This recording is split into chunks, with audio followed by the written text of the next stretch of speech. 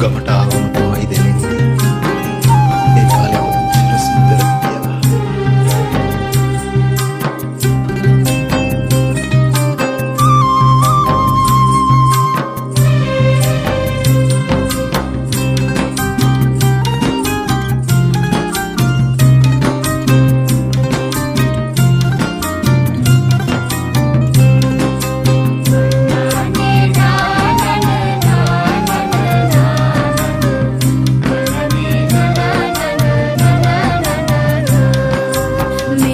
සොඳුරු ලෝකයක් සතුටු සිනහ පිරුණු සාදයක්